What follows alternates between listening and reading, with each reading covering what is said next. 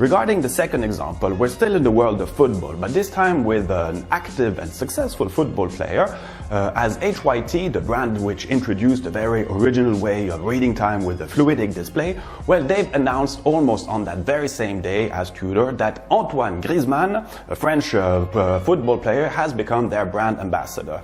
Antoine Griezmann is a young and very talented player, currently playing for the Atletico Madrid, one of Europe's best clubs, and it's because HYT's team were made aware that he was actually wearing one of their models that they contacted him to become their ambassador. Compared to Tudor, HYT only makes a few hundred timepieces per year, and though this deal was done with much more opportunism, well, is it going to bring anything for such a niche brand? I seriously have doubts about this, and I'm pretty sure we're not talking the same numbers between these two examples.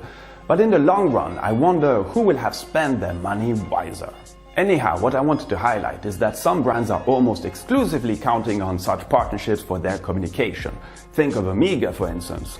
But they do so with a consistency which ultimately makes this kind of communication legitimate for them. The stars they associate themselves remain more or less the same.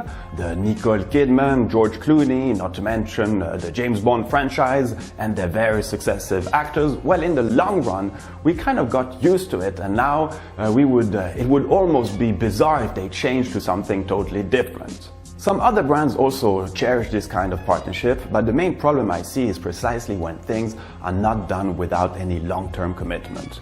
When you see ambassadors jumping from one brand to the other every 2-3 years searching for the best deal, what is the impact in terms of marketing efficiency and actual sale?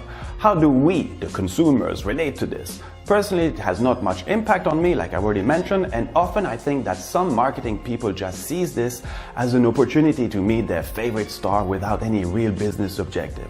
Okay, this may sound a bit harsh, but if there is no legitimate link between the brand and its ambassadors, then I personally think that it's a waste of money. On the other hand, an example of a successful ambassador policy is with Richard Mille, where the ambassadors embody Richard Mille's claim regarding his watches. Before, he also had movie stars and so forth, but today they are mainly old sportsmen and women that are actually wearing his watches while they are performing their sport.